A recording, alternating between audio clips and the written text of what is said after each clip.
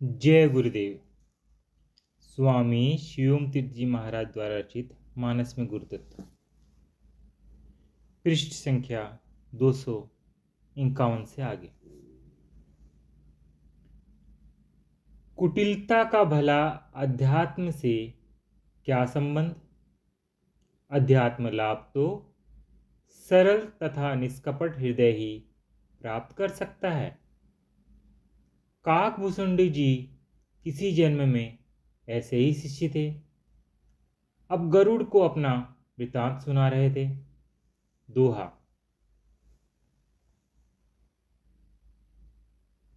एक बार हर मंदिर जपत रहे हूँ शिव नाम, गुर आयु अभिमान ते उठी नहीं किन्न प्रणाम। अर्थ, एक बार मैं शिव जी के मंदिर में शिव नाम जप कर रहा था। उसी समय गुरु जी वहां आ गए, किंतु अभिमान के वशोभित मैंने उठकर उन्हें प्रणाम नहीं किया। एक बार काकभूषुंडी जी शिव मंदिर में शिव नाम का जप कर रहे थे कि उसी समय उनके गुरुजी वहां आ गए।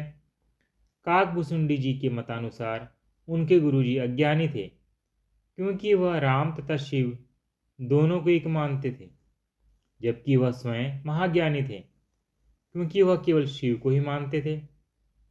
इसलिए उनके मन में गुरुजी के प्रति अनादर का भाव था। अतः तुलसीदास जी ने काकभूषुंडी जी के मुंह से गुरु जी कह आए नहीं कहलवाया, गुरु आया कहलवाया है। यह किसी शिष्य के पतन की पराकाष्ठा है। गुरु आए तो उठकर प्रणाम करना शिष्य का कर्तव्य है, किंतु यहाँ तो शिष्य ने उल्टे मुंह दूसरे ओर घुमा लिया, जैसा देखा ही ना हो। नहीं देखने का अभिनय भी मिथ्याभिमान के बिना कैसे संभव हो सकता है? यह सब गुरु का अपमान नहीं तो और क्या है? किंतु मिथ्याभिमान के मद में चूर शिष्य को गुरु का अपमान दिखाई नहीं देता। दोहा। सो दयाल नहीं कहेउ कछु उर न रोष लवलेश, अति अघ गुर अपमानता सही नहीं सके महेश। अर्थ, गुरु जी कृपालु थे। मेरा दोष होते हुए भी उन्होंने कुछ नहीं कहा। उनके हृदय में लेश मात्र भी क्रोध नहीं आया। किंतु गुरु का अपमान करना बहुत बड़ा पाप है। गुरु जी तो सहन कर गए, किंतु महादेव भगवान शंकर उसे सहन नहीं कर सके। इसका भाव यह है कि गुरु चाहे अपने अपमान को सहन कर क्षमा कर दे, किंतु पाप कर्म का फल तो भोगना ही पड़ता है। गुरु अपमान महान पाप है तथा उसका फल भी ईश्वर देता ही है। चौपाई। मंदिर माझ भई नभ बानी, रे हत भाग्य अभिमानी, यद्यपि तब गुर के नहीं क्रोधा, अति कृपाल चित सम्यक बोधा, तदपि साप सठ देहों तो ही, नीति विरोध सोहाई न मोही, जो नहीं दंड करो खल तोरा, भ्रष्ट हुई श्रुति मार्ग मोरा।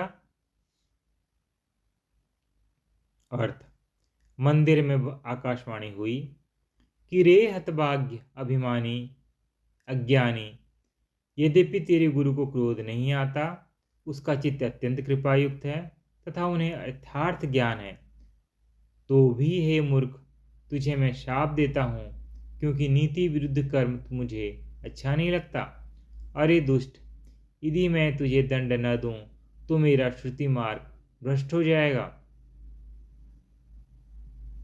जब मनुष्य कोई पाप कर्म करता है तो उसकी अंतरात्मा आवाज देती ही है, चाहे जीव उस आवाज को अनसुनी कर दे। मंदिर में बैठे शिष्य के अंतराकाश में भी ऐसी ही आवाज गूंज उठी कि ए सठ, तूने पाप कर्म किया है तथा अब तुझे उसका फल भी अवश्य भोगना पड़ेगा। ईश्वर ने विधान ही ऐसा कर रखा है कि किए हुए आसक्ति युक्त कर्म का फल अवश्य भोगना पड़ेगा। अज्ञानी शिष्य के गुरु चाहे कितने भी दयालु हों, उनकी सहनशीलता चाहे अपार हो, वो उदार मन से शिष्य के अनुचित तथा अपमानजनक व्यवहार की भले ही अनदेखी करे, किंतु ईश्वर अपने विधान के अनुसार फल देता ही है, अन्यथा ईश्वर का विधान का कोई अर्थ ही नहीं रह जाता। दोहा। हाहाकार किन्ह गुर दारुण, सुनी शिव जा शाप, कंपित मोही बिलो की, अतिउर उपजा परिताप। अर्थ। शिव जी का भयानक शाप सुनकर गुरुजी हाहाकार करने लगे। मुझे कांपता हुआ देखकर उनके हृदय में बड़ा संताप उदय हुआ।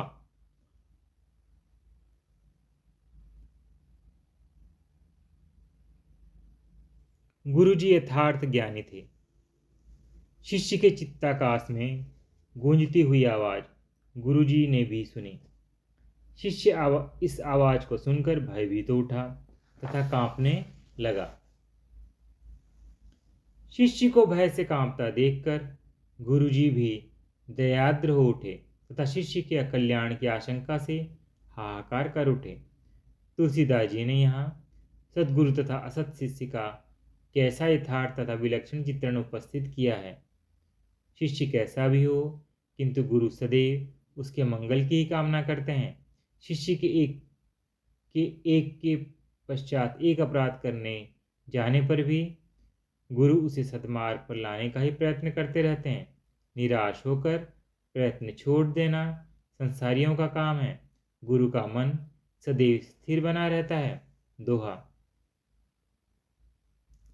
सुनी शिव वचन हर्षि गुर एवमस्तु इति भाषी, मोहि प्रबोधि गयो गृह शंभु चरण उर राखी।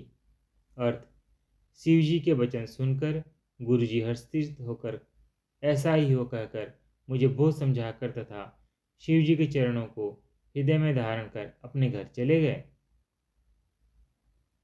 शिष्य पर शंकर जी को प्रसन्न देखकर उन्हें प्रसन्न करने के लिए गुरुजी ने शंकर की वंदना की तथा शंकर जी के प्रसन्न हो जाने तथा ऐसे कहने पर कि उनका श्राप तो वृथा नहीं जा सकता, किंतु तुम्हारे शिष्य को सुख दुख नहीं व्यापेगा तथा उसका ज्ञान बना रहेगा। गुरुजी प्रसन्न हो गए। यह है सद्गुरु का स्वरूप। अपने मान अपमान तथा यश अपयश की चिंता न करते हुए भी शिष्य के कल्याण में लगे रहना। सद्गुरु मिलना जितना कठिन है, उससे भी कहीं अधिक कठिन है सत्शिष्य मिलना। चौपाई। त्रिजग देव नर जोई तनु धरऊं, तह तह राम भजन अनुसरों, एक सूल मोहि विसर न काऊ, गुर न कोमल सिल सुभाऊ। अर्थ। तिर्यक योनि अर्थात पशु पक्षी, देवता या मनुष्य का मैं जो भी शरीर धारण करता था, उस शरीर में मैं श्री राम का भजन करता ही रहता था। इस प्रकार मेरा मन प्रसन्न रहने लगा, किंतु मन में एक शूल ऐसा गड़ा था जिसे मैं कभी भी भूल नहीं पाता था। गुरु जी का कोमल तथा सुशील स्वभाव मुझे कभी नहीं भूलता था। ऐसे कोमल स्वभाव तथा दयालु गुरु का मैंने अपमान किया, इस बात का दुख मुझे सदा बना रहा। पृष्ठ संख्या 254 की समाप्ति। जय गुरुदेव।